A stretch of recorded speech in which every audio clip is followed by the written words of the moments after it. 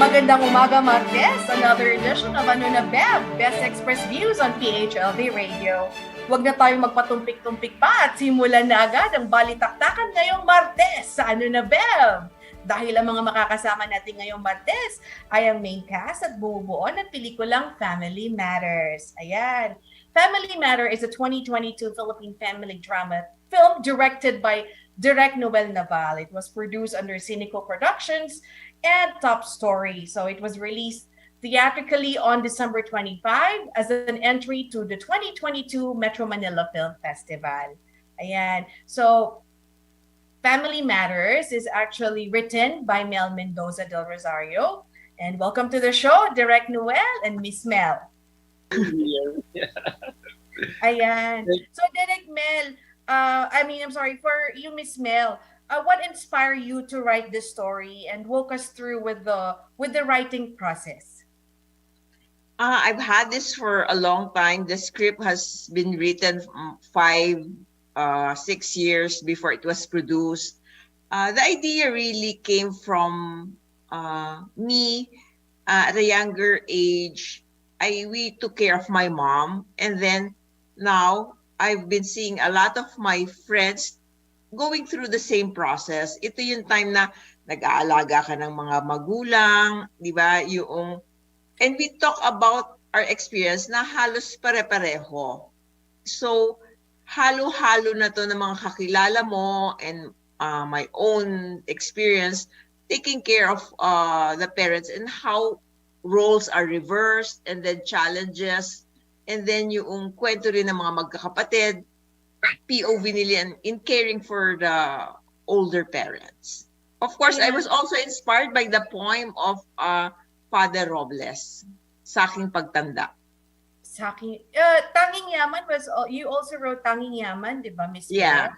Tanging Ina. Tanging Ina. I'm so sorry. Tanging Ina. And then with Direk, I did Miracle.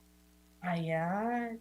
So, how did you develop the characters and their personalities po? Just like the story, it's really from people I meet. It's part of who I am, my brother, and then yung mga older characters. Ganito yung mga kapatid ng parents ko. And then kami ni Noel, we've very family-oriented kami. So we talk about our siblings.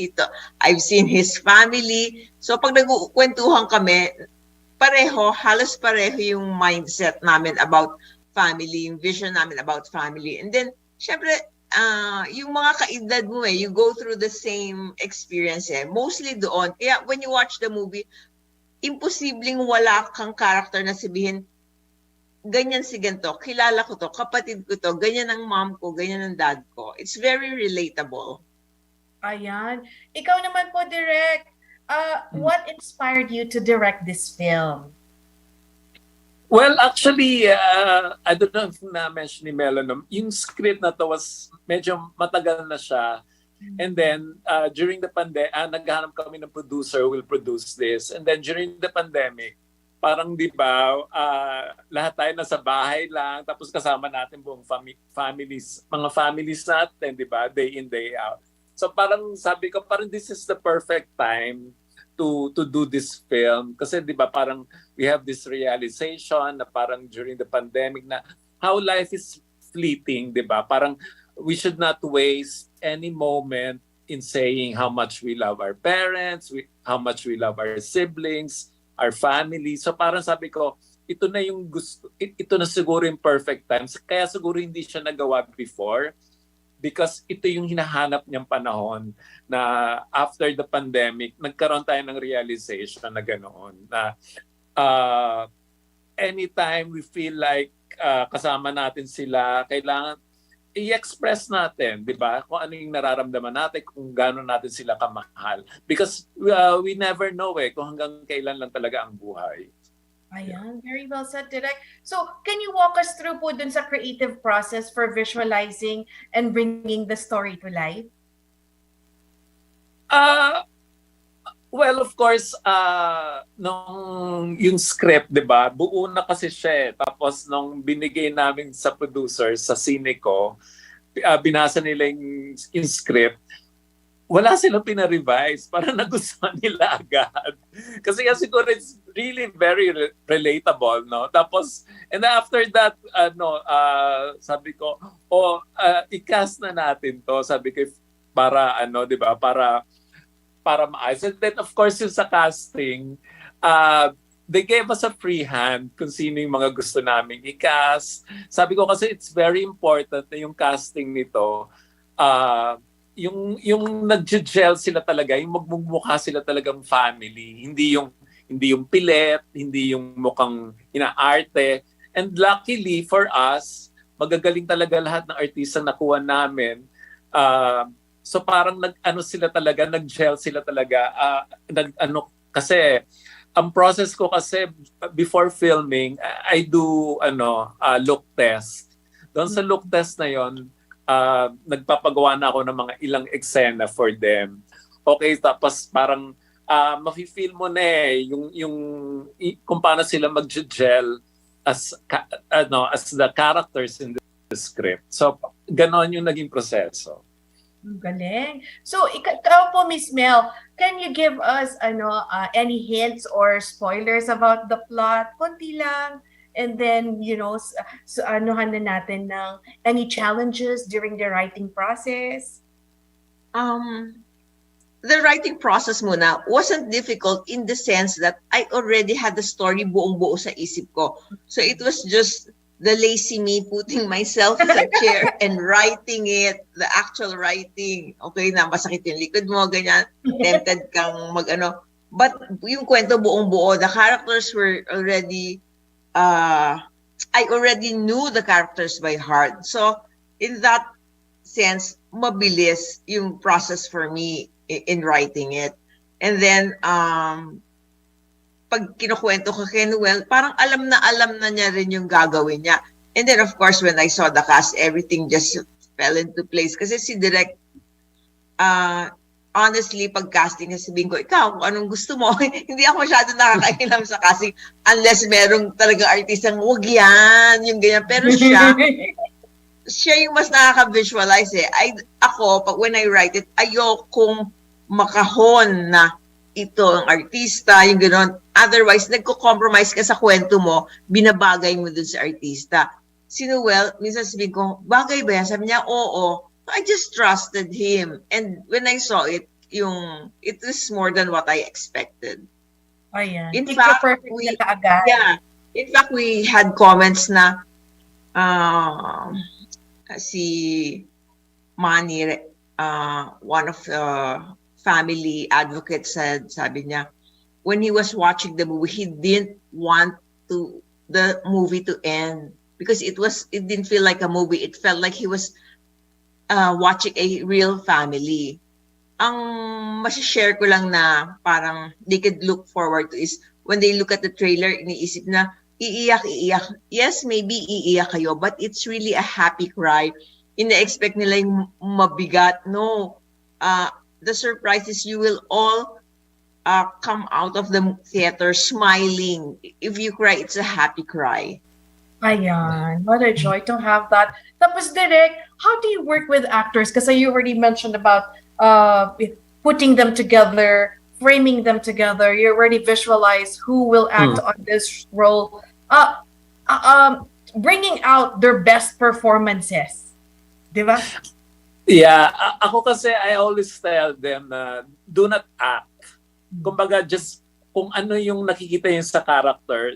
That's how I want it eh. Parang I want them to lose in the character. Yung hindi mo siya na makikita. Like for example, si Nonie, hindi mo na makikita si Nonie. Makikita mo na yung character ni Nonie, who's Kiko.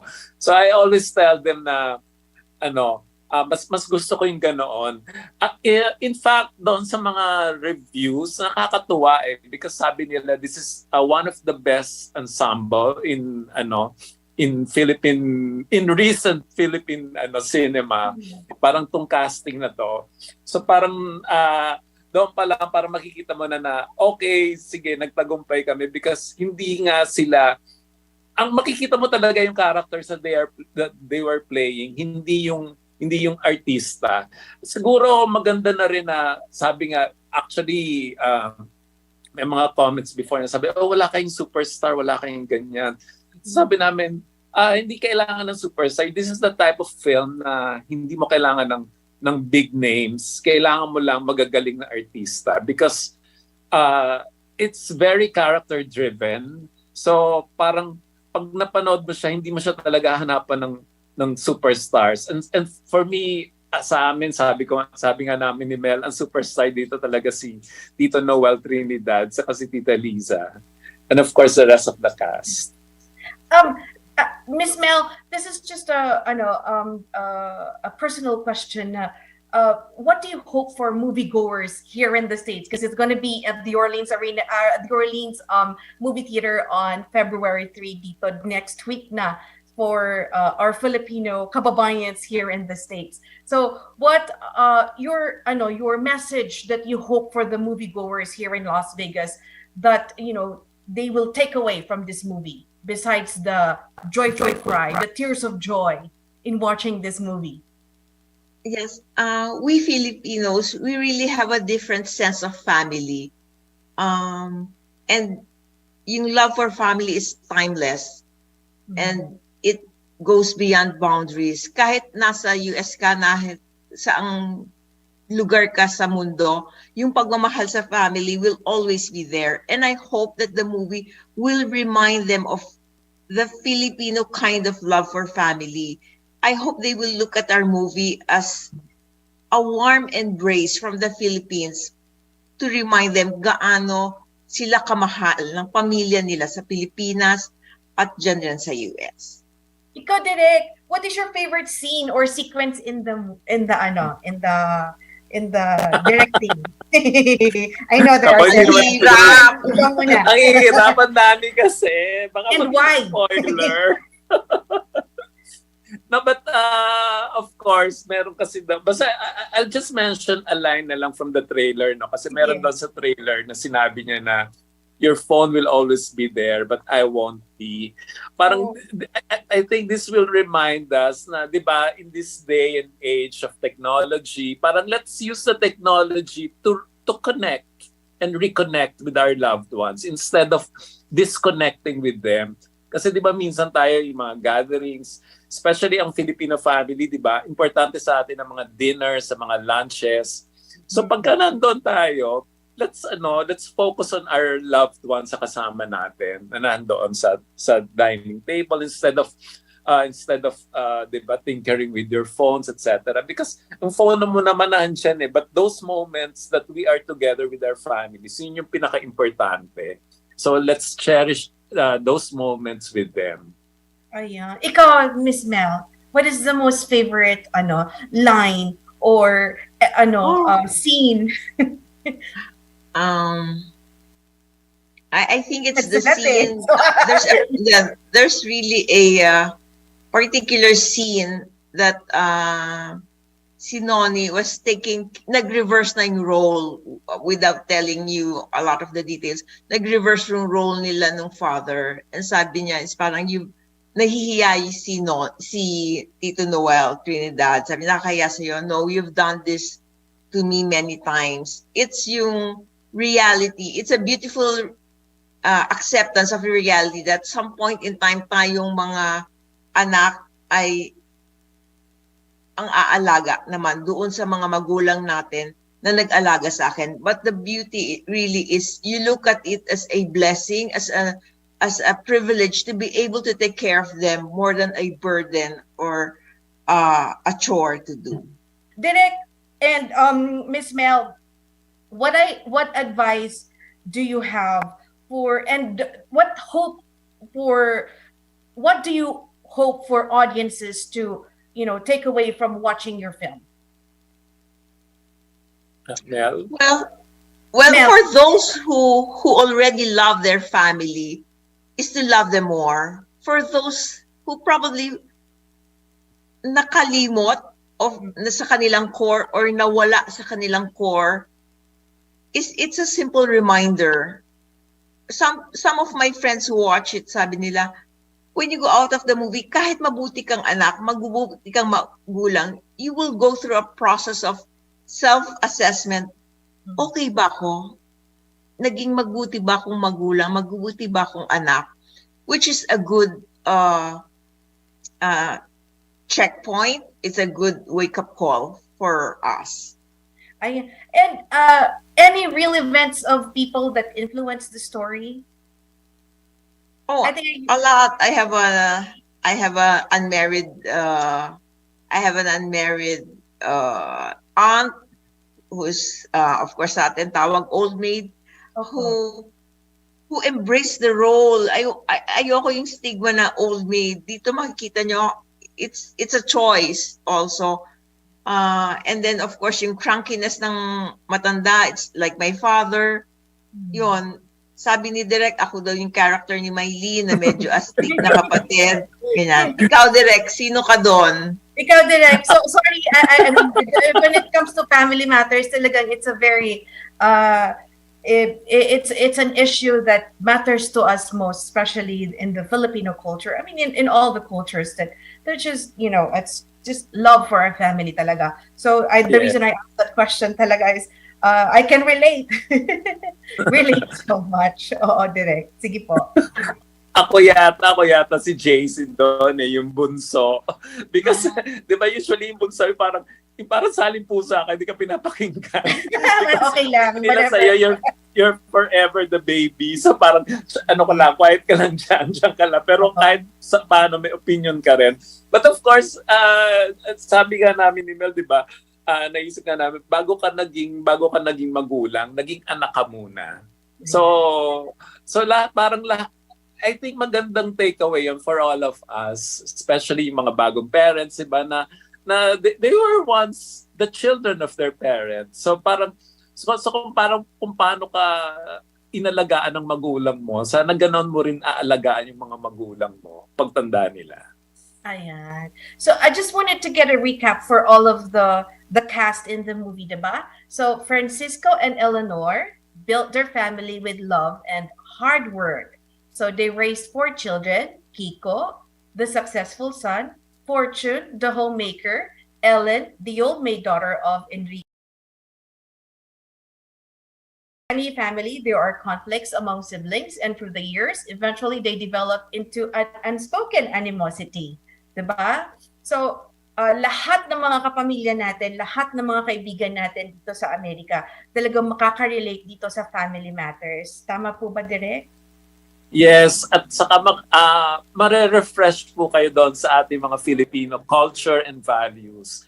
Kasi I know naman na 'di ba yung mga kapamilya natin abroad, sometimes we get too busy. Parang dito rin naman na sometimes you forget kung ano yung kultura natin, kung ano yung values natin as Filipinos. You will be reminded, and then ang maganda kasi paglabas mo, parang you would want to call agad your parents or your siblings mo kung malayo sa'yo. Gusto mo silang tawagan, gusto mo silang kamustahin, gusto mo silang yakapin. That's the feeling I want the audience to get after watching the film.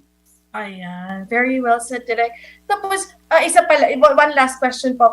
How do you handle the onset changes of the, like the challenges during the filming?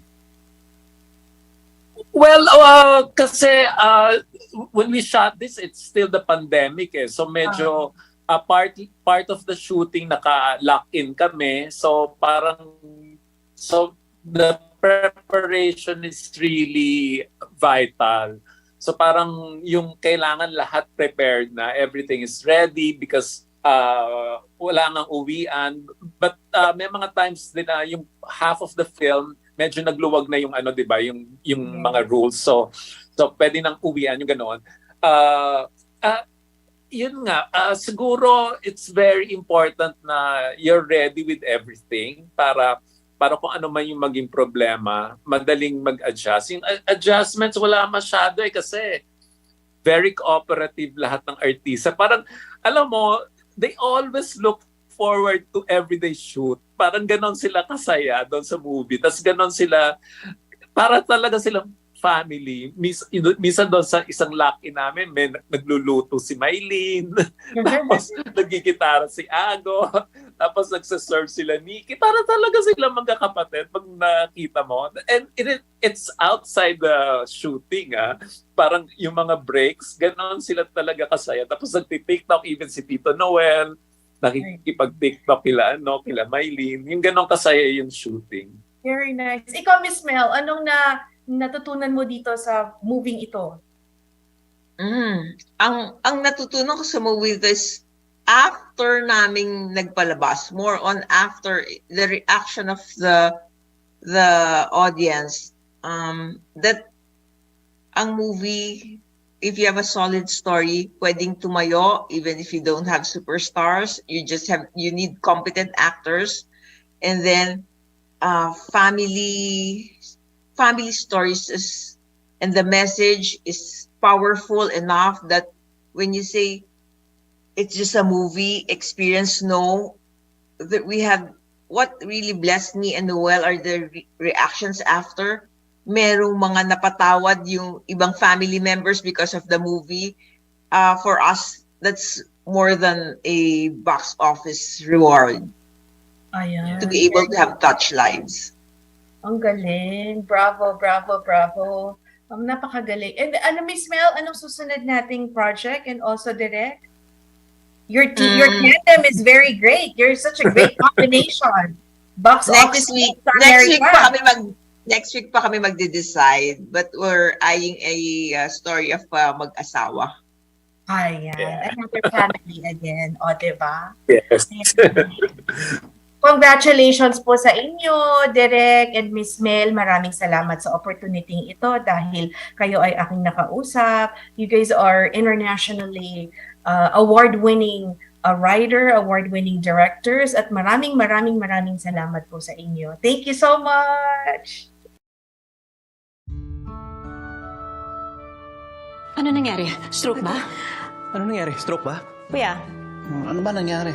Si Mami, pagising, nakita daw na nakahawak sa dibdib si Daddy, hindi makahinga. Daddy, sigurado ka ba na okay ka lang? Gusto kong matulog.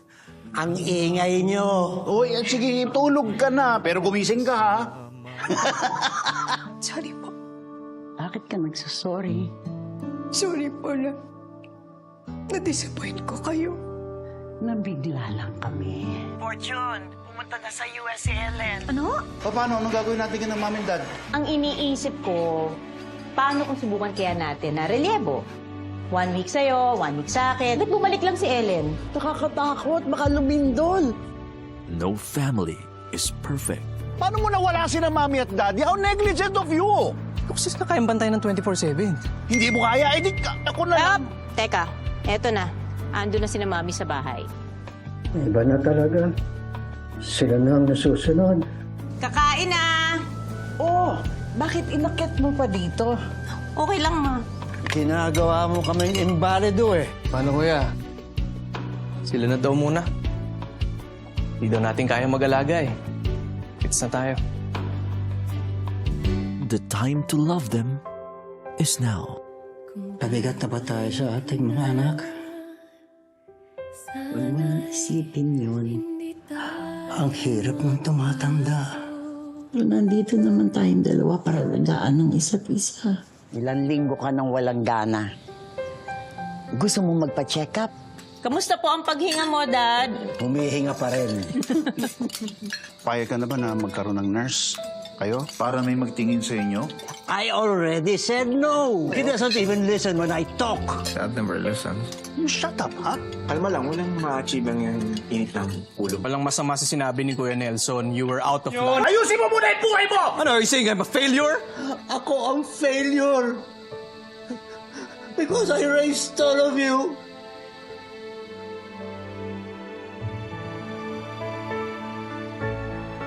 From the director of 2019 MMFF's top-grossing film Miracle in Cell Number 7, Noel Naval, and writer Mel del Rosario. I'm not ready to lose you. Your phone will always be there. But I won't be. Paminsan-minsan, titignan mo ko.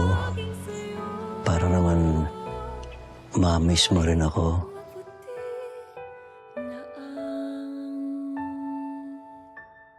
Family Matters.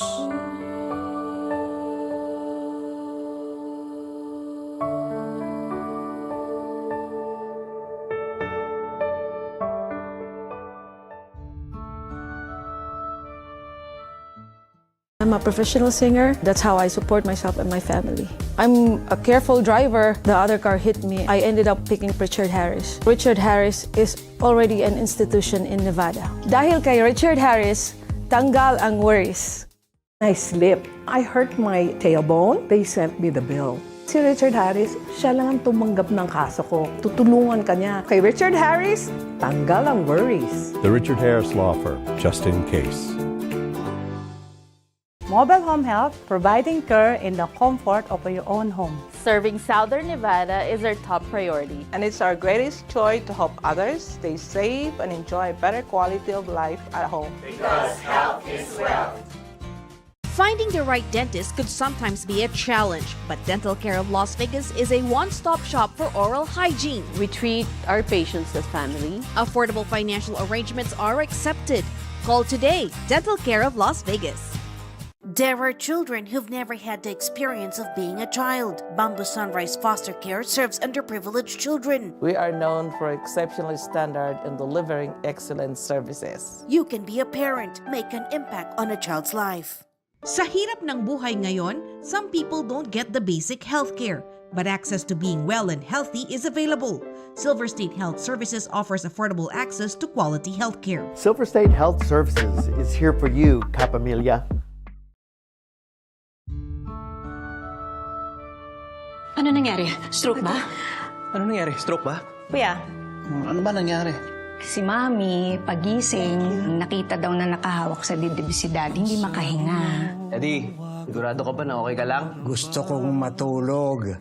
Ang ingay nyo. Uy, sige, tulog ka na. Pero gumising ka, ha?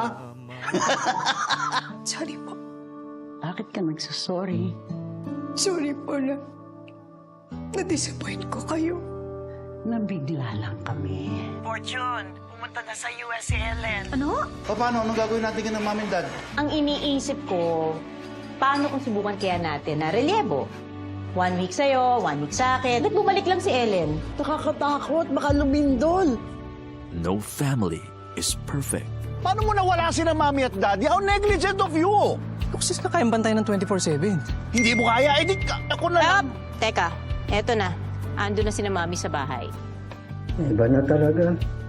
Sila na ang nasusunod. Kakain na! Oh, bakit inakit mo pa dito? Okay lang, Ma. Ginagawa mo kaming imbalido eh. Paano kuya? Sila na daw muna. Hindi daw natin kaya mag-alaga eh. Quits na tayo. The time to love them is now. Pabigat na ba tayo sa ating mga anak?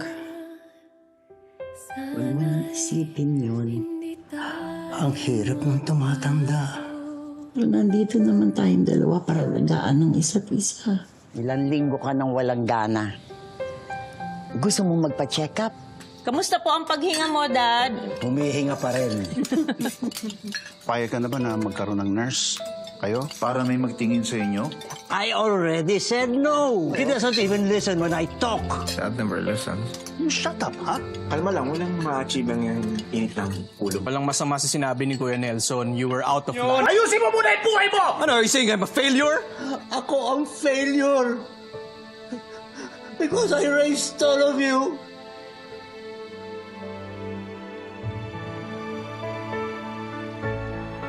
From the director of 2019 MMFF's top-grossing film Miracle in Cell Number 7, Noel Naval, and writer Mel del Rosario.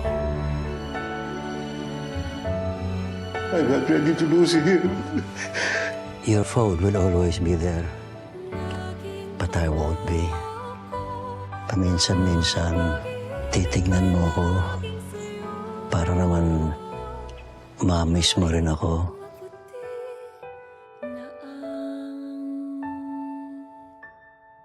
Family Matters.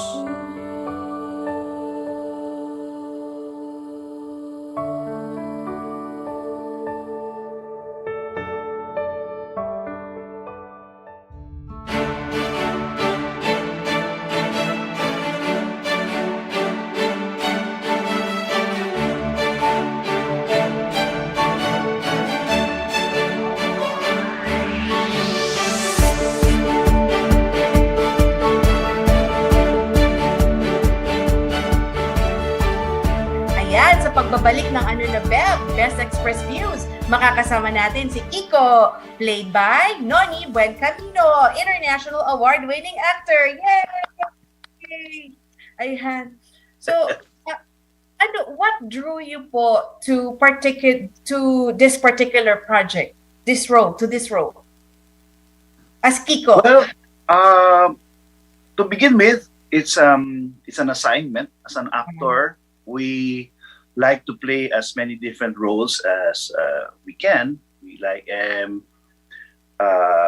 then of course, so the offer came, and I found out that Direk Nuel Naval was going to direct it, and all my other projects with him have been a pleasant experience for me as an actor and as a person. And of course, si Miss Mel del Rosario, she's been a writer for my projects in ABS-CBN, and I played some roles that she wrote. And I also enjoyed portraying the roles and playing the characters that she wrote. So I'm familiar with them, and they're my friends. Tapos, so I was excited to do the project already when my manager told me about it. Tapos nung nabasa ko yung script, then I was all the more happy because ang ganda ng pagkasulat. Tsaka it's a story about the family, and it's very apt.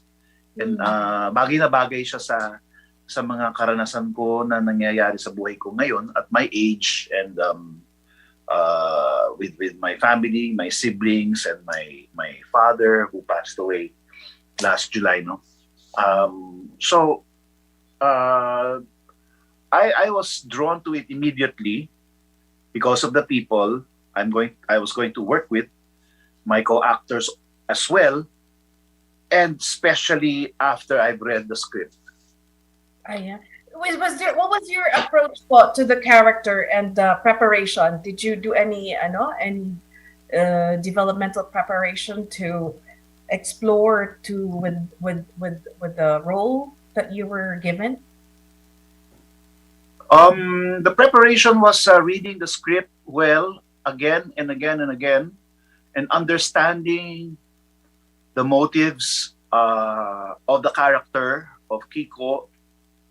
And then his history, his background, and then his attitude, and then his relationship with his siblings and his parents and his other scene partners. Basically, it was in the sense, and the other preparation was trying to remember or to relate it to my own experiences as a person. Actor kasi, kasama yun, no? You make an inventory of yourself and the character that is written for you. And you try to see the similarities between you and that character and the differences. So, yun yung ginawa ko. And then, you try to make a compromise or you mend them to make them your own.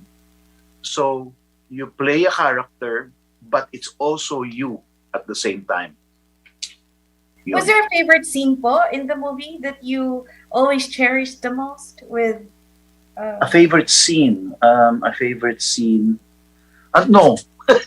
They're all my favorite.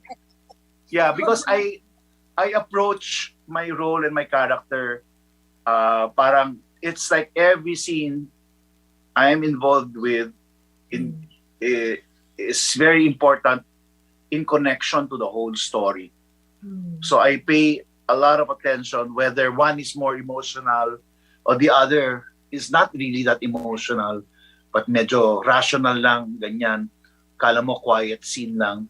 But they are all connected towards a certain message and what they call this super objective, no, of the whole story. Yeah. Was Was it a hard acting? Was there any challenges in acting your role at this particular assignment as Kiko? What are the challenges?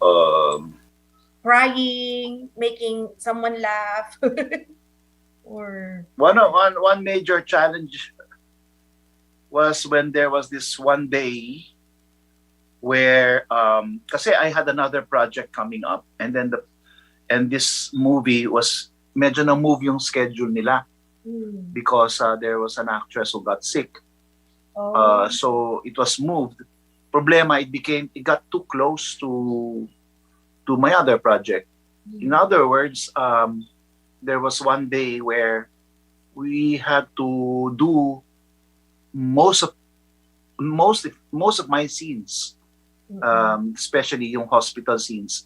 Problema kasi, those hospital scenes were very heavily charged, so they were all very tiring, no?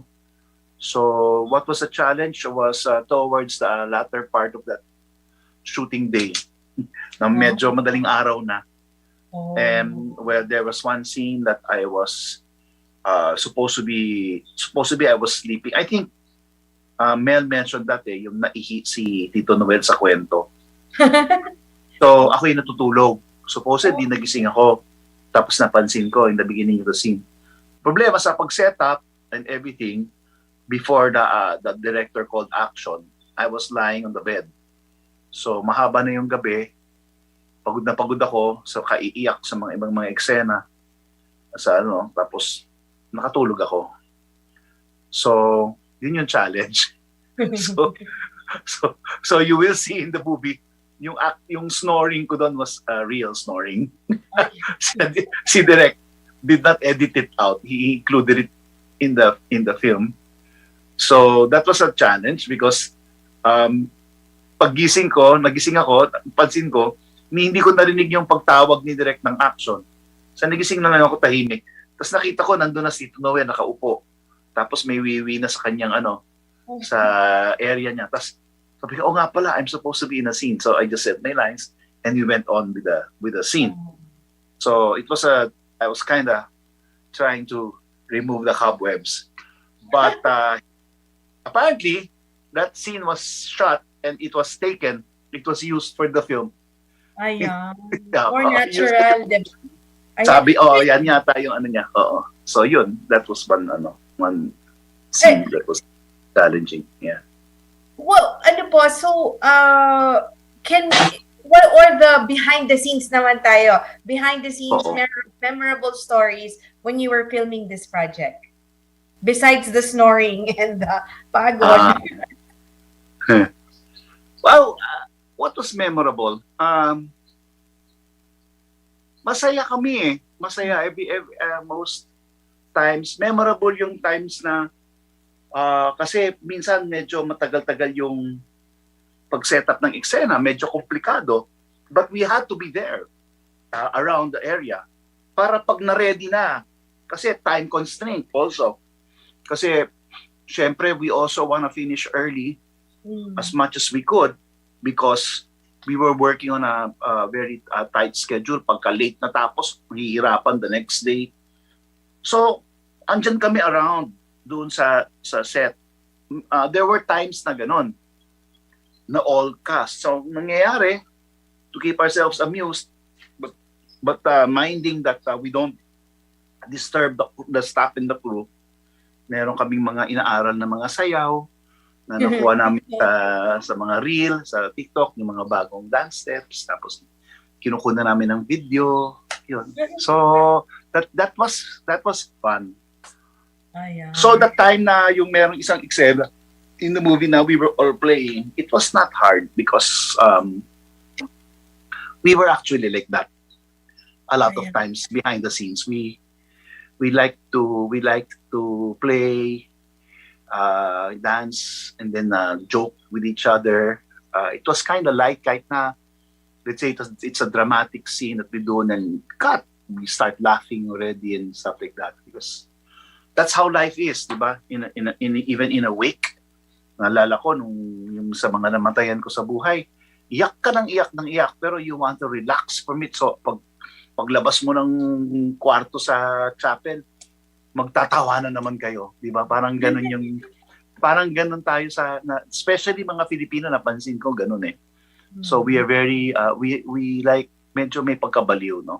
Pero that's how we cope with heavy, sad feelings, no? We try to make ourselves laugh and amuse ourselves. And I feel like that's the reason why magaang, especially for the days na medyo intense at heavy, may mga confrontation scenes, is because in between, we tinatry namin i-balance yun para medyo ma-relax kami for the coming scenes, the other scenes that we're going to do. Yeah. So you develop this kind of bonding with the rest of the cast of the... Yes, and I feel very lucky to be part of this group because meron talaga lang mga tao na it's just easy to be with them. So, ano yung sa mga moviegoers na mapapanood ka dito sa role mo as Kiko, how do you want them to remember you with that acting performance that you have? Especially Oscar season tayo ngayon. Marami din mga international film festivals ang nagkakabang. I want them to remember not me. I want them to remember not me, but I want them to see the character I portrayed and how the character throughout the film grew and how he realized certain things that he needed to make himself a better person in relation to his family and his father. So I want the audience really to see more the changes that happened to Kiko. And I want them to catch that in my performances as the story goes along. Yeah. Do you have a favorite line? Kasi favorite line ni Direk is the phone. Your phone is not going to leave you. But your time will. Something like that. I think I would say yung sinabi ni Miss Mel, yung tungkol dun sa ilang beses mo nang ginawa yan sa akin. Di gagawin ko din para sa'yo. Yung paglinis sa father ko nung napaihi siya. So, that line there, oo. And it actually, while I was watching your interview, tapos nung sumagot si Miss Mel ng ganun, it actually touched me nung sinabi niya because I also remembered my father in situations like that. No, ganon. Ladies and gentlemen, viewers and listeners from all over the world, Nonie as Kiko, Family Matters, imbitahan po natin sila. I'd like to invite everybody, especially my friends and relatives there in the States. There are many of you there, so please go and watch Family Matters. This is dedicated to you and to all the people and all those who love their family. And please watch Family Matters. It will teach you things, and it also will entertain you. It's a very entertaining movie, I would say. Yeah. And lots of lessons to be learned. And you learn lots of lessons too. Yeah. Thank you so much. Actually, my friends and family are already waiting for this, especially our viewers and subscribers from Alaska. They're already waiting for this. And also in the whole Las Vegas. Ang dami-dami sa Las Vegas naghihintay dito. Even the young ones, kasi this is their time to learn Tagalog. Di ba? Kasi the subtitles and all. So, TFC also. So, this is one of those moments na magbabanding ang buong pamilya. So, ladies and gentlemen. Is it showing in Las Vegas? February 3 po, sa Orleans. Also? Orleans. Okay. I think all cinemas in the US, February 3. Ayan. Talaga? How about New York? I think everyone, all across the everywhere. US. Talaga? Yes. Wonderful. Right. A lot of movie theaters are going to air this because this is it's a family values and it's all about family love. Nonie, thank you so much ha. Maraming salamat. I'm a huge Thank you. I am a fan because your acting is you're super talented. Kaya always Thank you for having me. Maraming salamat po talaga. Thank you. Bye-bye. Bye. At nagdaan na naman ang isang edisyon ng Bev, Best Express Views on PHLV Radio. Maraming salamat po sa mga sumusubaybay. Subscribe na! I'm a professional singer. That's how I support myself and my family.